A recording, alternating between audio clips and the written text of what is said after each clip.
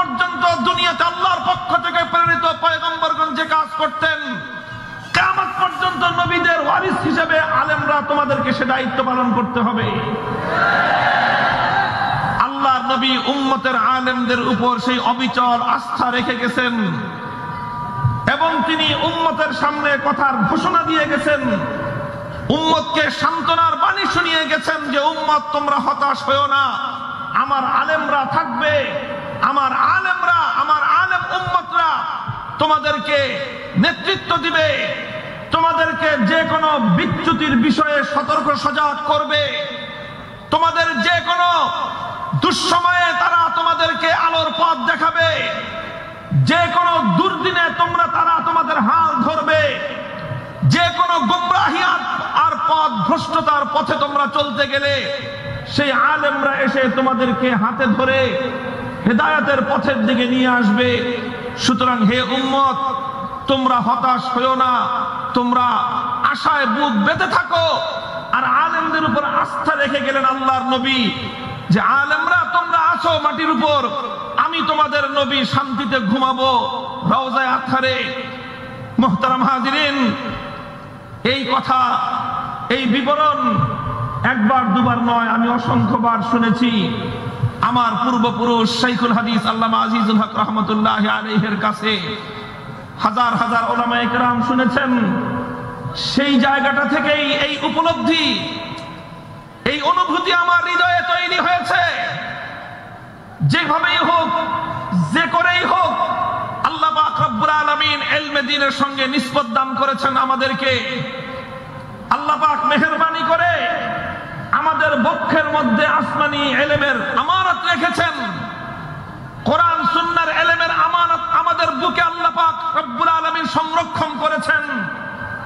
এই আমানত বক্ষে ধারণ করবার কারণে আল্লাহর নবী আমাদেরকে না দেখে আমাদের উপর আস্থা বিশ্বাস রেখে গেছেন যে আমরা উম্মতকে সরল সঠিক পথ দেখাবো, আমরা উম্মতকে গাইডেন্স দিব, আমরা উম্মতকে হেদায়েতের পথে পরিচালিত করব, আমরা উম্মতকে গুমরাহির পথ থেকে ফিরিয়ে রাখবার চেষ্টা করব। যে কোনো বিচ্যুতি, যে কোনো ত্রুটি উম্মতের মধ্যে দেখা দিলে আমরা নীরব থাকবো না, সেই কথা উম্মতের সামনে তুলে ধরব। এই আস্থা আল্লাহর নবী আমাদের উপর রেখে গিয়েছেন।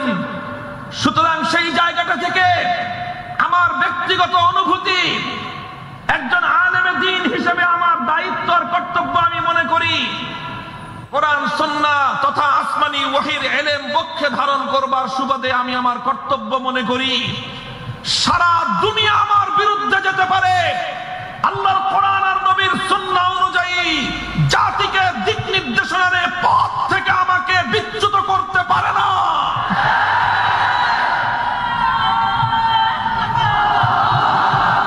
আমার নবীকে যে কথা বলা হয়েছিল, আমার এক হাতে আকাশ থেকে সূর্যটা এনে দিতে পারো, আর এক হাতে আসমান থেকে চন্দ্র এনে দিতে পারো, আল্লাহর পক্ষ থেকে হেদায়েতের যে মশাল নিয়ে আমি দুনিয়াতে আগমন করেছি, আমার হাত থেকে হেদায়েতের সে মশাল তোমরা কেড়ে নিতে পারবে না।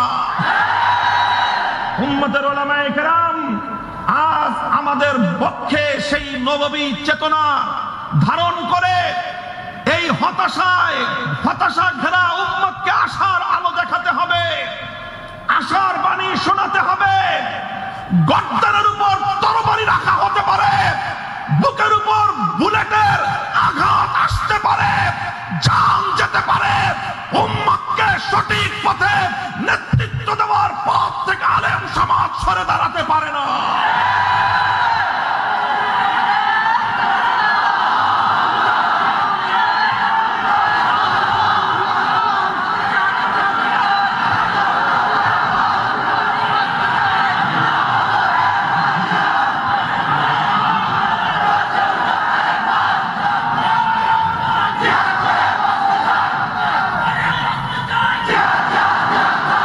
মুহতারাম হাজিরিন,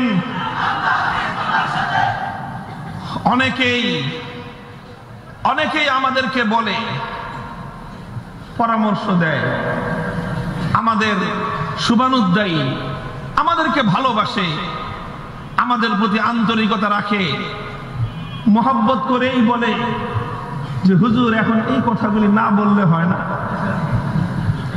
অনেকেই তো বলে না আপনি কেন এই কথাগুলি বলতে গিয়ে খামাখা ঝামেলায় জড়ান।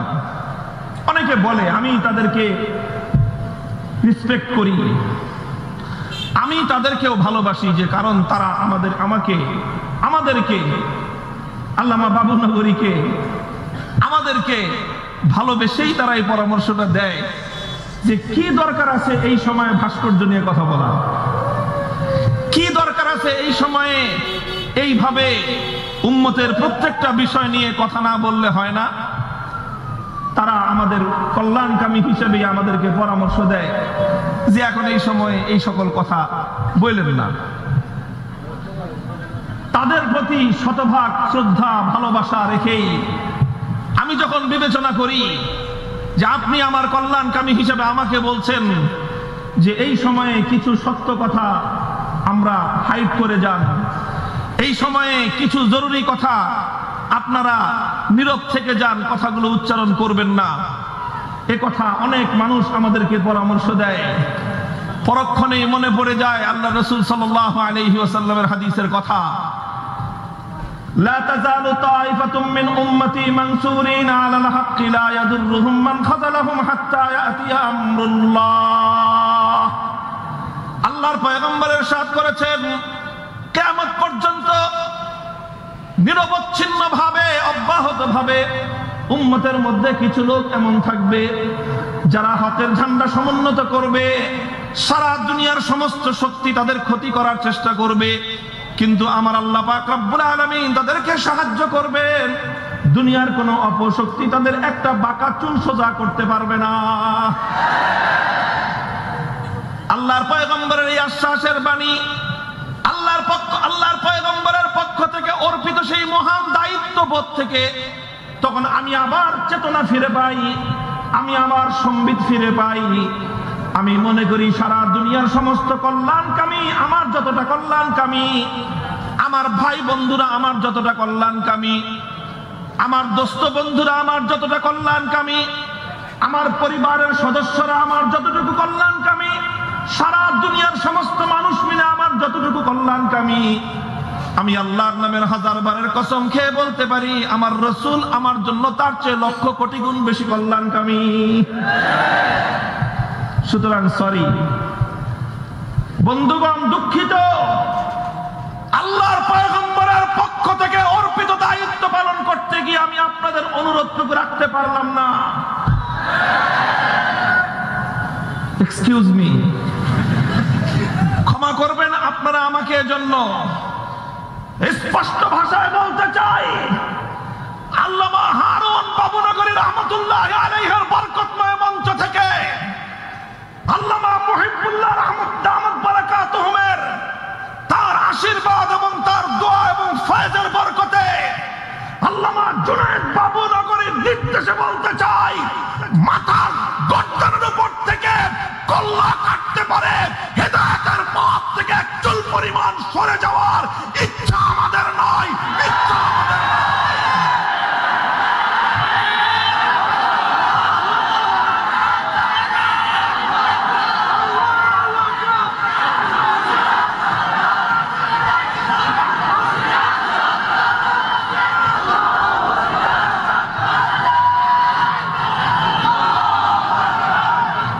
সমাজে যে কোনো বিচ্যুতি যখন দেখব, আল্লাহর কোরআনের আলোকে, আল্লাহর নবীর হাদিসের আলোকে সমাজে যখন কোনো ভুল ভ্রান্তি দেখব, সেই বিষয়ে কথা আমাদেরকে বলতেই হবে।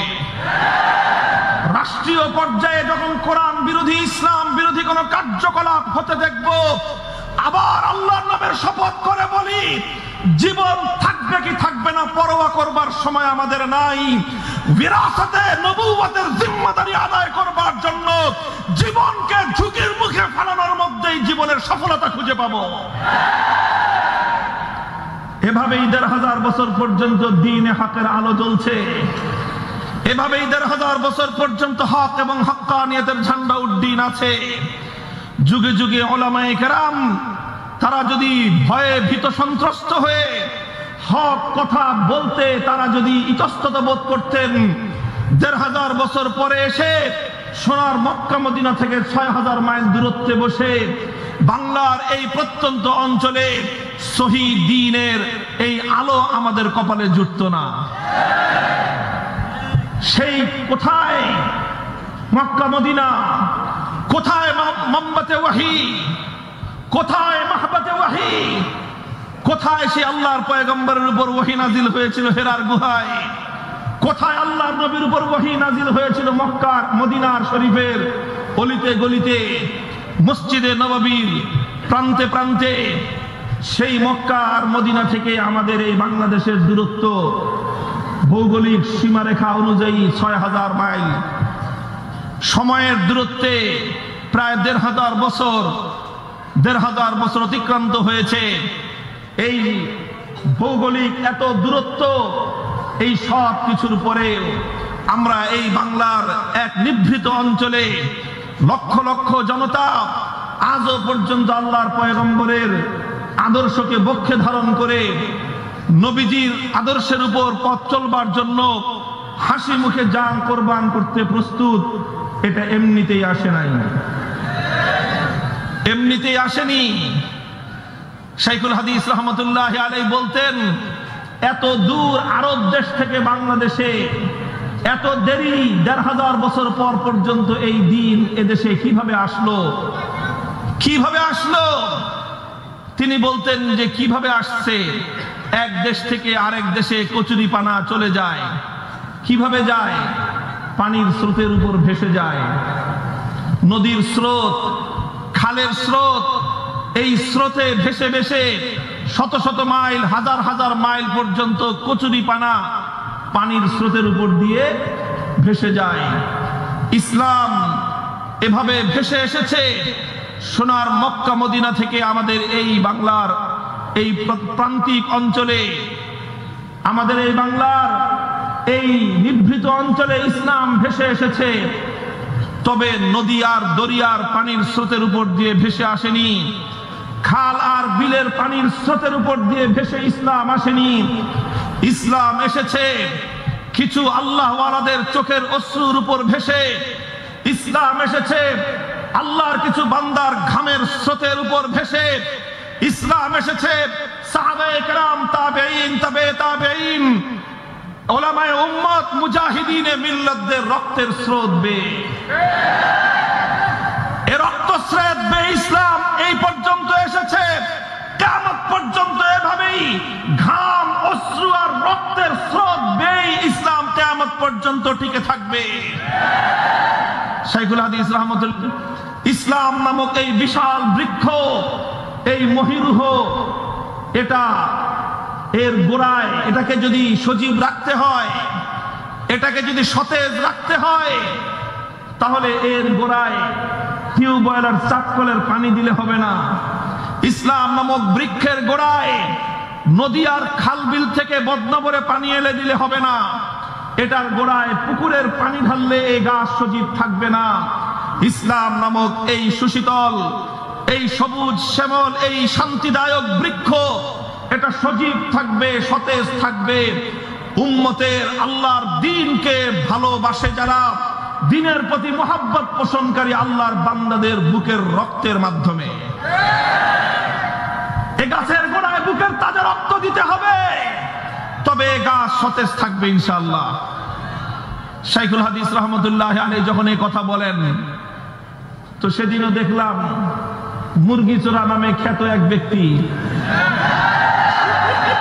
এদেশে একজন মানুষ মুরগি চোরা বললে তার নাম বলতে হয় না, সারা দেশের মানুষ এক বাক্যে তাকে চিনে যায়। আমি নাম বললাম না, কে মুরগি চোরা বাংলাদেশের 16 কোটি মানুষ তার নাম জানে। নামের চেয়ে তার এই উপাধিটা বেশি প্রসিদ্ধ হয়ে গেছে। আল্লামা আজিজুল হক বললে অনেকে চিনত না, শাইখুল হাদিস বললে সবাই চিনত। আর এই ব্যাটারে নামে বললে অনেকে না চিনলেও মুরগি চোরা বললে সবাই চিনে। সে শাইখুল হাদিস রহমতুল্লাহ আলাইহির এই কথার সমালোচনা করতেছে যে কেমন কথা, ইসলামের বৃক্ষে রক্ত ঢালতে হবে, ইসলাম কি ড্রাকুলা নাকি যে রক্ত শোষণ করে রক্ত খায়? কত বড় আহাম্মকের কথা, কত বড় গর্জব। এদেশের বাংলাদেশের স্বাধীনতাকে নিয়ে এদেশের শিল্পীরা যখন গান গায়, প্রতিদিন যখন জাতীয় গণমাধ্যমে যখন প্রচারিত হয়, এক সাগর রক্তের বিনিময়ে বাংলার স্বাধীনতা আনলে যারা, তখন তো তোমাদের আপত্তি হয় না বাংলাদেশ কি ড্রাকুলা যে বাংলাদেশ সাগর পরিমাণ রক্ত খায়? কারণ হে মুরগিচড়া, তোমার সম্পর্কে এদেশের মানুষ জানে। তুমি যদিও আজকে মুক্তিযুদ্ধ মঞ্চের, তুমি যদিও আজকে মুক্তিযোদ্ধা হিসেবে নিজের পরিচয় দিতে চাও, এদেশের গণমানুষের স্বীকৃত মুক্তিযোদ্ধা সেক্টর কমান্ডার বঙ্গবীর কাদের সিদ্দিকী তোমার সম্পর্কে তোমার মুখোশ খুলে দিয়ে বলেছে তুমি ৭১-এ পাক হানাদার বাহিনীর ক্যাম্পে মুরগি সাপ্লাই দাতা ছিলা। এজন্য এদেশের স্বাধীনতার প্রতি তোমার বিন্দুমাত্র কোনো ভালোবাসা নেই। বাংলাদেশের স্বাধীনতার প্রতি তোমার কোনো মর্যাদা বোধ নেই। যদি থাকতো তাহলে তুমি কোনদিন শাইখুল হাদিসের সেই অমর বাণী নিয়ে প্রশ্ন তুলতে পারত না। বাংলাদেশ যেমন স্বাধীন করতে সাগর পরিমাণ রক্তের প্রয়োজন হয়েছে, ইসলামকে হেফাজত করতে শুধু এক সাগর নয়, সাগর সাগর পরিমাণ রক্তের প্রয়োজন হয়েছে।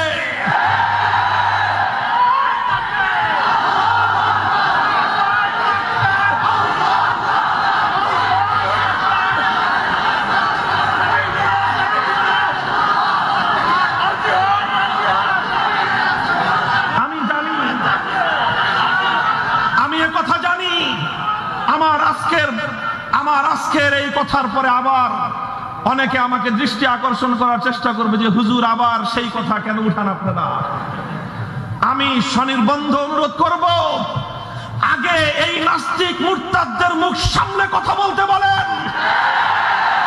ওরা যখন আমাদের পূর্বসূরীদেরকে নিয়ে কথা বলে, ওরা যখন ১৩,০০০ বছরের ইসলামের ইতিহাসকে কলঙ্কিত করতে চায়, ওরা যখন আল্লাহর পয়গম্বরের খতমে নবুয়তের মঞ্চের উপর অবৈধ হস্তক্ষেপকারী কাদিয়ানীদের দোসর হিসেবে ওদেরকে প্রোটেকশন দিতে চায়, ওরা যখন আমার নবীর খতমে নবুয়তের সিংহাসন নিয়ে টানা হেঁচড়া করবার চেষ্টা করে, তখন আমাদেরকেও বলতে হয় শাহাদাতের রক্ত দেওয়ার জন্য কাফনের কাপড় পরে মাঠে নামবো, আবার মাঠে নামবো।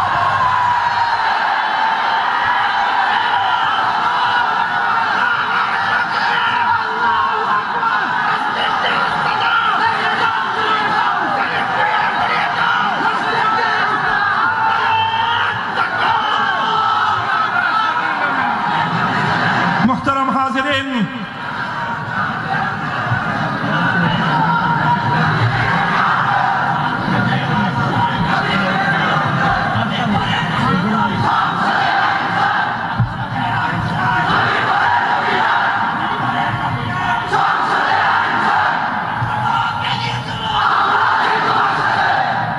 কয়েকটা কথা পয়েন্ট আকারে বলে আমার বক্তব্য শেষ করছি। ১ নম্বর কথা, খতমে নবুয়তের হেফাজতের জন্য, খতমে নবুয়তের এই সিংহাসন আল্লাহর নবীর জন্য বাংলাদেশে শুধু ধর্মীয় ভাবে নয়, রাষ্ট্রীয়ভাবে সংরক্ষিত দেখতে চাই। ২০০৬ সালে শাইখুল হাদিস আল্লামা আজিজুল হক রহমতুল্লাহ আলাইহি অন্য সব কিছুর স্বার্থ বাদ দিয়ে রাজনৈতিক স্বার্থের উপর তিনি পদদলিত করে শুধুমাত্র আল্লাহর পয়গম্বরের খতমে নবুয়তের মসনদকে হেফাজত করবার জন্য ৫ দফা আদর্শিক চুক্তিপত্র ঘোষণা করেছিলেন। আজকের প্রধানমন্ত্রী শেখ হাসিনার নির্দেশে ওনার দলীয় মহাসচিব মরহুম জনাব আব্দুল জলিল সাহেব শাইখুল হাদিসের বাসভবনে এসে দস্তখত করে জাতির সঙ্গে প্রতিশ্রুতি ঘোষণা করেছিলেন, ক্ষমতার মসনদে আরোহণ করতে পারলে জাতীয় সংসদে আইন প্রণয়ন করে শেষ নবীর যারা খতমে নবুয়ত মানবে না, নবীজিকে শেষ নবী মানবে না, তাদেরকে বাংলাদেশ রাষ্ট্রীয়ভাবে মুসলিম হিসেবে স্বীকৃতি দিবে না, এই প্রতিশ্রুতি ঘোষণা করেছিলেন। ২০০৬ সাল থেকে আজকে ২০২০ সাল, ১৫টা বছর অতিক্রান্ত হয়ে গেছে, আজও পর্যন্ত আমরা সেই প্রতিশ্রুতির বাস্তবায়ন দেখতে পাইনি। শাইখুল ইসলাম আল্লামা শাহ আহমদ শফি রহমতুল্লাহ আলাইহি জীবনের অন্তিম সময়গুলোতে বাংলাদেশে বারবার এ দাবি উচ্চারণ করে গিয়েছেন।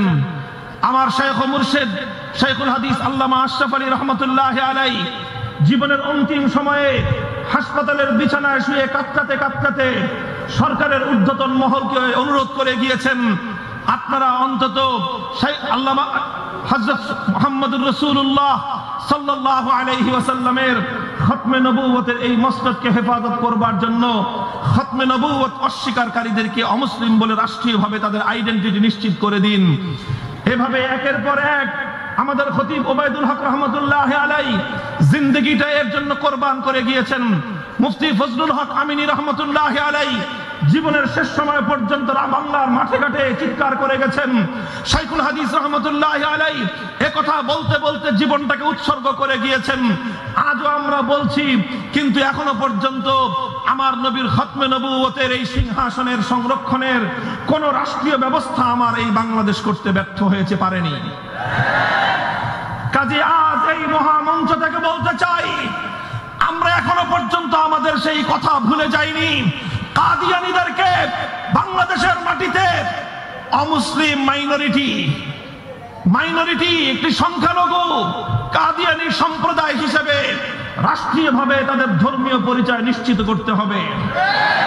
ওরা মুসলিম পরিচয় ধারণ করে ধর্মপ্রাণ মুসলমানদেরকে ধোঁকা দিতে পারবে না। ওরা তাদের উপাসনালয়কে মসজিদ বলে আখ্যায়িত করতে পারবে না। এই বিষয়গুলোকে যদি নিশ্চিত না করা হয়, আমরা বারবার কথা বলবো, আমরা বারবার উত্তেজিত হব, আমরা বারবার ঘাম ঝরাবো, প্রয়োজনে আমরা আবার রক্ত দেওয়ার জন্য মাঠে নামবো। আপনারা যতক্ষণ পর্যন্ত ঈমানের দাবি আদায় না করবেন, ঈমানের দাবি থেকে আমাদেরকে পিছপা করতে পারবেন না। দুই নম্বর কথা আমার, যেখানে অসঙ্গতি সেখানেই প্রতিবাদ। কোরআন সুন্নাহ বিরোধী কার্যকলাপ যেখানেই চলবে, সেখানে আমাদের কণ্ঠ বজ্রের ধ্বনি হয়ে উচ্চারিত হবে। দেহে প্রাণ থাকবে আর হৃদয়ে স্পন্দন থাকবে। কোরআন সুন্নাহ বিরোধী কার্যকলাপ হতে দেখে মুখে কুলুপ এঁটে বসে থাকবো, সেই বেঁচে থাকার চেয়ে মৃত্যুকে হাজার গুণে শ্রেয় মনে করি। রাষ্ট্রীয় পর্যায়ে হোক, সামাজিক পর্যায়ে হোক, যেখানে কোরআন সুন্নাহর স্পষ্ট কোন গৌরব এবং ভাব মর্যাদাকে ধুলোয় মিশিয়ে দেওয়ার পায়তারা হবে, সেটা কত বড় শক্তিশালী কর্তৃপক্ষ করলো ওই হিসাব করবার সময় আমাদের নাই। আমরা জন্মের পর থেকে বিশ্বাস করতে শিখেছি আসমান আর জমিনের মধ্যে সবচেয়ে বড় কর্তৃপক্ষকে। আমরা এ বিশ্বাস বক্ষে ধারণ করবার শিখেছি আসমান আর জমিনের মধ্যখানে আমার আল্লাহর চেয়ে আর বড় কেউ। সুতরাং কোন বড় কর্তৃপক্ষ নির্দেশ দিল সেটা আমাদের হিসাব করার সময় নাই।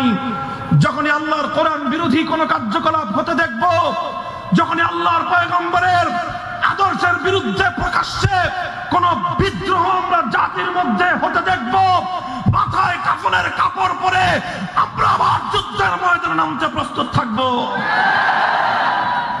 আলেমদের দায়িত্ব আর কর্তব্য হলো এই, প্রতিটি অসঙ্গতি, প্রতিটি বিচ্যুতির সময়ে জাতিকে সতর্ক করা। কোন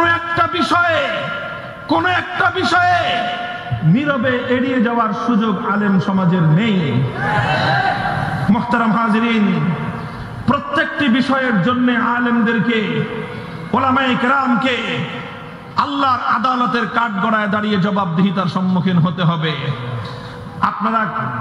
আপনারা আমাদেরকে অনুরোধ করেন যে না বললেই তো পারেন, না বললে আজকে আমি আপনার কাছ থেকে মুক্তি পাবো, কালকে আল্লাহর কাছে ধরা খেয়ে যাব।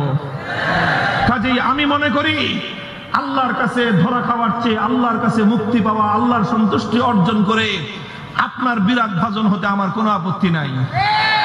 আমি আল্লাহর সন্তুষ্টি অর্জন করার জন্য কথা বলবো, এতে যদি আপনার মন ক্ষুণ্ণ হয়, আই এম সরি। আমি আমার আল্লাহকে রাজি আর খুশি করবার জন্য কথা বলবো, এটা যদি আপনার দল অথবা আপনার মতের বিরুদ্ধে যায়, তাহলে আমি আপনার কাছে দুঃখ প্রকাশ করছি, আপনার সঙ্গে সহমত পোষণ করবার সুযোগ আমার নাই। প্রত্যেকটা ক্ষেত্রেই এটা শুধুমাত্র মসজিদের ব্যাপারে নয়, এটা শুধু এতিমখানা আর মাদ্রাসার ব্যাপারে নয়, সমাজ এবং রাষ্ট্রে যখনই কোরআন সুন্নাহ বিরোধী কোনো কার্যকলাপ হবে তার বিরুদ্ধাচরণ করা, যেইভাবে রাষ্ট্রীয়ভাবে খোদাদ্রোহী কোনো কার্যকলাপ পরিচালনা করা হবে সেইভাবে সেটাকে উচ্চকণ্ঠে উচ্চারণ করা আলেমদের ইমানি দায়িত্ব এবং তাদের মানসাবি ফরিদা। আমি আপনাদেরকে ছোট্ট একটা উদ্ধৃতি শোনাই ইতিহাসের সোনালী পাতা থেকে, সাহাবায়ে কেরামের যুগের ঘটনা। হযরতে আমিরে মুআবিয়া রাদিয়াল্লাহু তাআলা আনহু খামিসু খামসাতিন, ইসলামের 4 খলিফার পরে পঞ্চম খলিফা আমিরুল মুমিনিন হযরতে মুআবিয়া রাদিয়াল্লাহু তাআলা আনহু যখন খেলাফতের মসনদে